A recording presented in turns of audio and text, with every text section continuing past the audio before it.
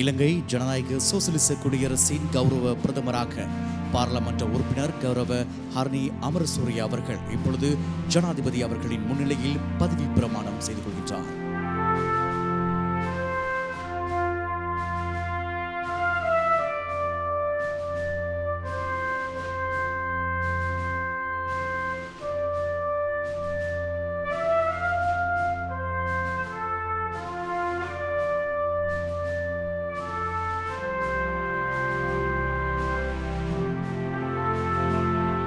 உலகின் முதலாவது பெண் பிரதமரை கொண்ட நாடு என்ற பெருமையை பெற்ற இலங்கை நாட்டின் 3வது பெண் பிரதமராக தேசிய மக்கள் சக்தியின் பாராளுமன்ற உறுப்பினர் ஹரணி அமரசூரிய நியமிக்கப்பட்டுள்ளார். இதற்கு முன்னதாக இலங்கையின் பெண் பிரதமர்களாக 1960 சிரிமாவோ பண்டாரநாயக்க நியமிக்கப்பட்டார். இவரே உலகின் முதலாவது பெண் பிரதமர் என்ற பெருமையை பெற்றவர். அதன் பின்னர் 1994 சிரிமாவோ பண்டாரநாயக்கவின் மகள் சந்திரிகா பண்டாரநாயக்க பிரதமராக நியமிக்கப்பட்டார். இவர்களை தொடர்ந்து இலங்கை வரலாற்றில் பெண் பிரதமராக ஹரணி அமரசூரிய தடம் பதித்துள்ளார். தெற்காசியாவிலேயே எந்த ஒரு அரசியல் குடும்ப பின்னணி எதுவுமின்றி பிரதமரான முதல் பெண் என்ற பெருமையையும் பெறுகின்றார். இலங்கையின் 9வது நிறைவேற்று அதிகாரம் கொண்ட ஜனாதிபதியாக தேசிய மக்கள் சக்தியின் ஜனாதிபதி வேட்பாளர் அனுரகுமார திசாநாயக்க பதவியேற்றதன் பின்னர் ஹரணி அமரசூரியவுக்கு பிரதமர் பதவி வழங்கப்பட்டுள்ளது. 2020 ஆண்டில்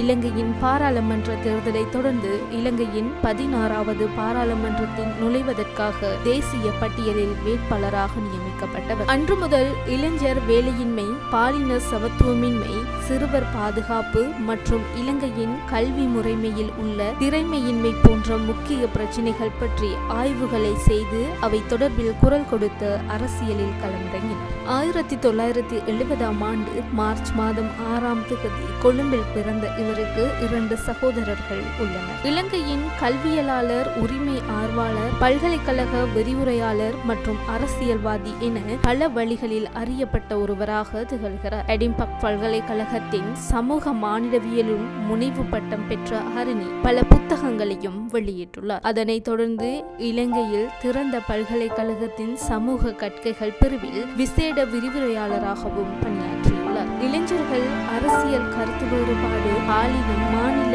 சமூக உறவுகள், குழந்தைகள் பாதுகாப்பு, உலகமயமாக்கல் மற்றும் மேம்பாடு பற்றிய ஆய்வுகளையும் நடத்தியுள்ளார். இவர் தற்போது நெட்ஸ் என்ற இலங்கை உள்ளூர் தன்னார்வ தொண்டு நிறுவனத்தின் இயக்குநர்கள் குழுவில் உறுப்பினராகவும் பணியாற்றி வருகிறார். தற்போது இலங்கையின் 3வது பிரதமர் என்னும் பெருமையுடன் அடுத்த சிரிமாவோ பண்டாரநாயக்கவாகவோ அல்லது மற்றுமொரு சந்திரிகா பண்டாரநாயக்கவாகவோ திகழ்வார் என்று மக்களால் எதிர்பார்க்கப்படுகிறது.